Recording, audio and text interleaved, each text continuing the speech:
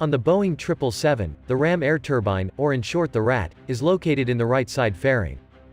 The RAT is an emergency source of hydraulic and electrical power, which automatically deploys when all other sources of the respective system fail. On modern aircraft, the possibility of the RAT deployment is very less, due to high level of system reliability. Chances are even less on the 777, as the redundancy standards of the aircraft is on another level. The RAT can deploy in 3 different situations. Number 1, total loss of hydraulic power. The aircraft has 3 independent hydraulic systems. Left system is powered by the left engine-driven hydraulic pump, and the right system is powered by the right engine pump. The center hydraulic system is powered by 2 electric pumps. All 3 systems have additional demand pumps, used when the load on the system increases. The left and right system have 1 electric pump each. The center system has 2 air-driven pumps, which runs on the aircraft pneumatic supply. Of the total aircraft hydraulic load, the left system can operate the left engine thrust reverser, left and right aileron, left flaperon. Number 2, 4, 11 and 13 spoilers, left and right elevator, and the rudder. The right system can operate the right thrust reverser, left and right flaperon. Number 3, 6, 9 and 12 spoilers, right elevator, trimmable horizontal stabilizer, and the rudder. The center system can operate the landing gear actuation, left and right aileron, right flaperon. Number 1, 5, 7, 8, 10, and 14 spoilers, flaps and slats, left elevator, trimmable horizontal stabilizer, and the rudder. When only flight controls are considered, the aircraft can be safely controlled, with just 1 hydraulic system available. Therefore, for the RAT to deploy under the first condition, all 3 hydraulic systems must have low pressure, either due to fluid leak in all 3 systems, or multiple component failure, which is unlikely to happen. The second condition in which the RAT can deploy is the aircraft electrical system failure. There are 3 main generators on the aircraft, and any 2 can meet all the electrical demands.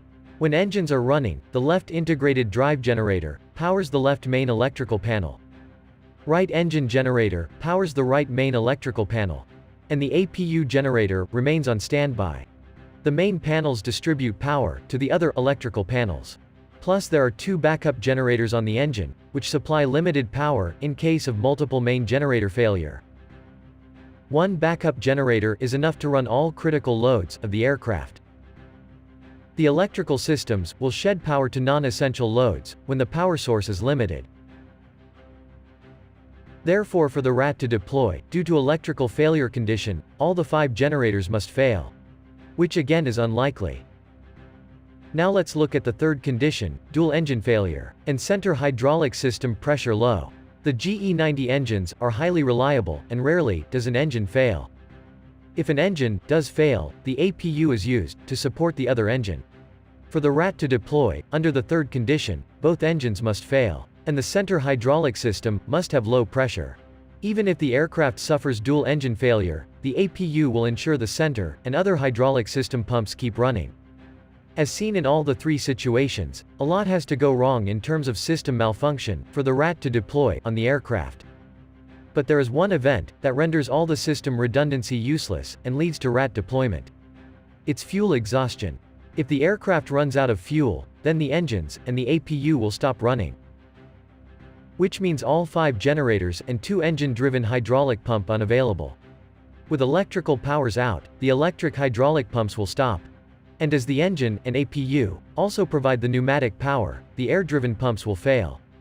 The aircraft has suffered complete loss of engine thrust, hydraulic, and pneumatic power. With majority of the electrical system lost, the only power source available is the aircraft main battery. The main battery continues to power the critical buses of the aircraft, which helps to release the actuator and deploy the ram air turbine. The RAT is equipped with an electrical generator and a hydraulic pump, driven by the 2-blade turbine. The RAT's first priority is to provide hydraulic power to help control the aircraft.